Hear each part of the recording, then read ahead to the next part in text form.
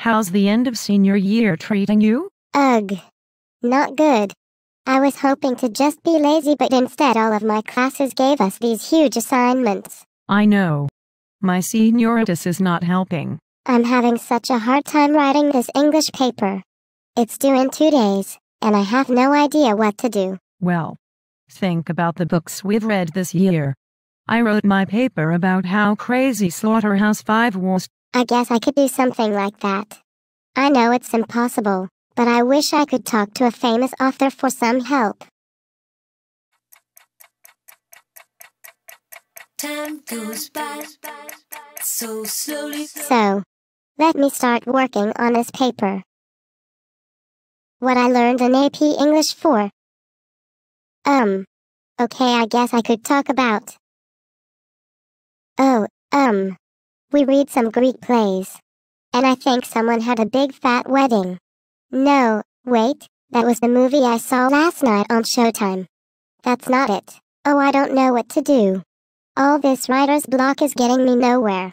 And I have to finish this paper. Just think. Did someone say they were looking for a famous author? Yeah, but who are you? Blasphemy. You don't know who I am? I am Dante Alighieri, the best epic writer of all time. Oh, when I said famous author, I meant someone like Stephanie Meyer or J.K. Rowling, not some old medieval man. That's insulting. You shall get your own circle of hell for this. Especially since I am here to help you write your paper. But if you don't want my help...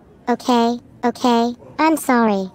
It would be amazing if you could give me some ideas on writing this essay. Well, since Virgil was one of my favorite writers, I included him in my journey through the Inferno and Purgatory. Do you have any favorite books that you could base your paper on? Well, I don't really read books. Who needs to read when you have Spark Notes? Are you serious?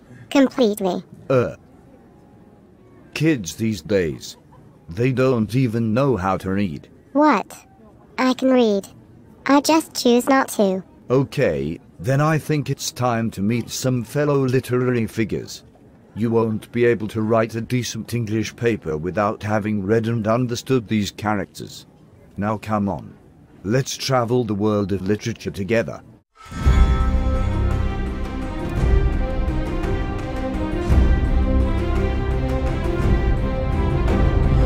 So, where exactly are we? We are in Denmark, home of the tragic Prince Hamlet. Hamlet? Like, the guy from that stupid play? I wouldn't say stupid, per se. More along the lines of overdramatic and insane. All I can remember was that he could see his dad's ghost or something. Well, I will just let you observe for yourself. Wait, is that Hamlet? To be or not to be? That is the question. Heads. Oh, damn heads again. What do you think, my dear Rosencrantz? I mean Guildenstern. I'm Rosencrantz. Or am I? No, I'm pretty sure that I am Guildenstern. I know that's what I said. What? I am Rosencrantz. And you are Guildenstern. My dear sirs, I am Prince Hamlet, and your discourse is disturbing my speech. Now, where was I? Oh, yes. To sleep, perchance, to dream. There's the rub. Rub. Your Highness, does that mean you need a massage? Because we can call a Messias, Rosencrantz. I think Hamlet means he's confused. Oh. Father, is that you? My dear ghostly father, I shall avenge your death.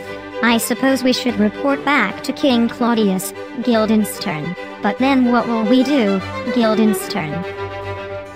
I mean Rosencrantz, I keep telling you. I'm Rosencrantz. Or am I? Father, come back, please, I beg you. I am your son, Prince Hamlet.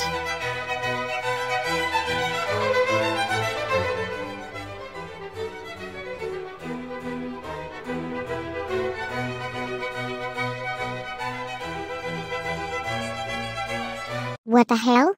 No, no. No way, this can't be Hamlet. Am I being punked? I'm afraid, Lisa, that man is Hamlet. But...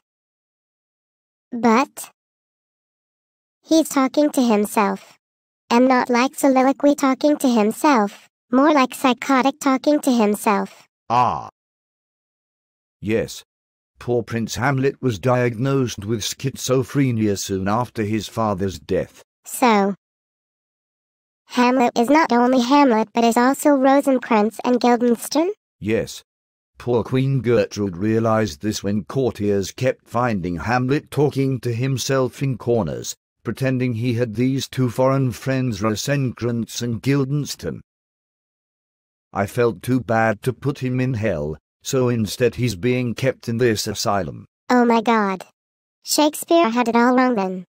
This is so much more interesting than what we read in English.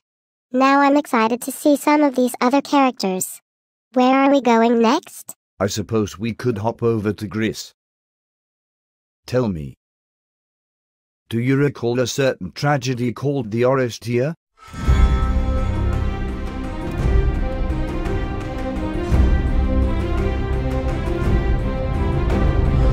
Now my dear son Orestes, come give your mother a hug. No way, Mom. I hate you. You murdered my father, your own husband. And for what? To get the Republicans back in power. Now Orestes, you must realize. I killed your father because he killed my most precious daughter first, without even telling me. And who are you to tell me about murder? When you murdered me, it was for the benefit of the gods. Besides, the murder of one's husband is a worse sin than matricide. And I have Apollo on my democratic side. Well, I have my faithful Furies. I named them Romney, Perry, and Gingrich. And I'll tell you that I have the right to take my vengeance upon you. I think that you've had enough vengeance. Your Furies keep slandering me to the press, and this is hurting my election campaign. Serves you right for killing your own mother. I who nurtured you and cared for you while your father was off on war. I should have trusted Dr. Phil's advice when I told him about my dream. The snake I bore was the one to end me.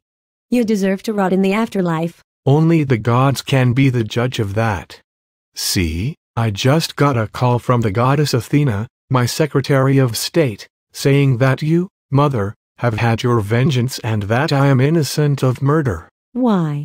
You. Little. Now, Mother, I'll see you next election day in Athens, where I'll be sure to win.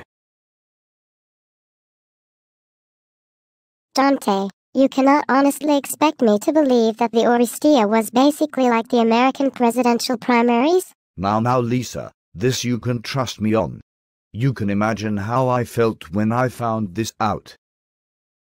I loved the ancient Greek classics, and to realize that they were all a bunch of politics, family drama, and power play hurt me very much. This is ridiculous. I'm pretty sure Republicans and Democrats weren't even around back then. Well, that's how it was started. Staunch Clytemnestra versus her more liberal son Orestes. The fight was devastating. With all the flashy debating and with gods being pulled into the argument, nothing ever got done in Greece during this time. Sounds a lot like politics today. But Dante, how is this supposed to help me write my English paper? Oh, don't worry. When you get back to school, I'm sure you'll have a few ideas. Anyways, there's one last thing I want to show you before we return. Now, Lisa, have you ever been to Dublin?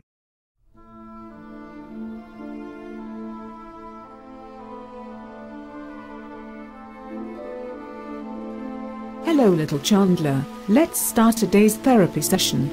How's this week been? Not good, I'm afraid, Dr. Phyllis. Well, why not? What happened?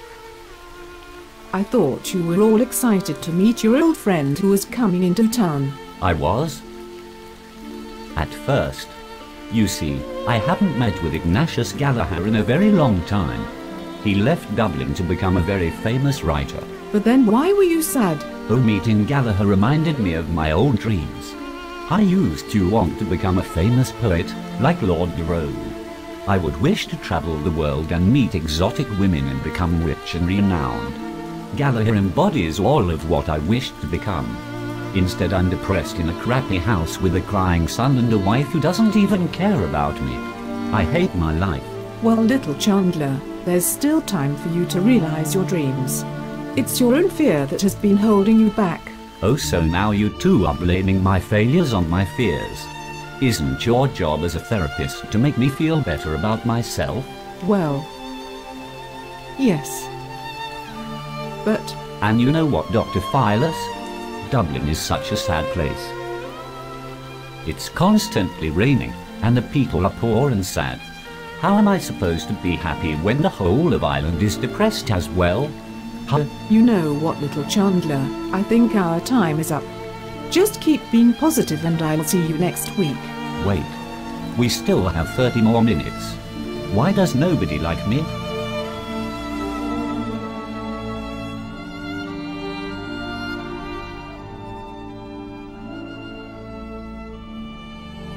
Oh my gosh. Dante, that was so sad. When I read the Spark Notes about Dubliners, I just thought that these Irish people were boring and self-pitying. Well, little Chandler still seems to be self-pitying. But you're right. I hope you realize that early 20th century Dublin was not a nice place to be. Oh yes, I can definitely see that. It's so weird how the books we were supposed to read in English were actually a lot more interesting to witness up close than just reading the summaries. I'm glad you can see that, Lisa. Now, I think my work here is done. I'm sure that your English paper is going to be brilliant. Oh, thank you, Dante. But wait. Don't go. How am I supposed to get home? Well, just dance around and say, "There's no place like high school." That will take you back to class where you can finish writing that paper. Now, on the count of 3. Okay. Goodbye. There's no place like high school. There's no place like high school. There's no place like high school.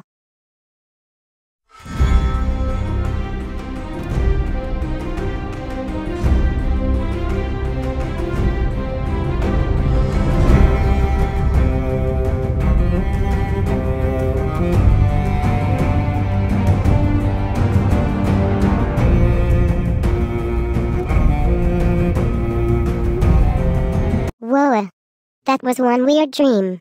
Or was it real? Well, I better start writing that essay. I think I know just what to talk about. I'll call it A Journey Through Literature.